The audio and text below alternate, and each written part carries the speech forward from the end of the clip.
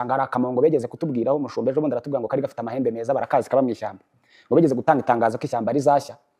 baritangaje ngo akamongo kabira kagenzi kako turabona kuntu amahembe yawe ameze n'ayanjye ameze ducukuye umwobo ntibyashoka ko twinjira namayo aya mahembe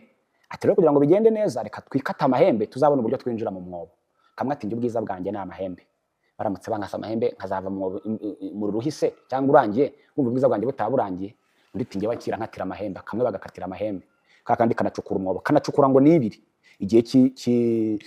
cy'umuriro kiragera kakandi kabakinjiye mu mwobo kabira kandi nawe winjira ati rwose humura umwobo we naragucukuriye ntugire ikibazo ngo urinjira kigiye yindi igiye kwinjiramo yashyiramo amahembe bikanga byarangiye ya mahembe ahiye birangira na bwa bwiza buhiye kubera iki rero 90% abanzura y'amahembe ugiye gucibwa ararokora iki kukanga tuvugana nge nakwe kundi muri cano muri business kandi business nibuze kubwira urugo gafara ni urugo rwari of course nyine ngende muri ngewe wanze ubyumva ibyo nabirenze yo revo nayirenze uri bwandike cyangwa no kugira ngo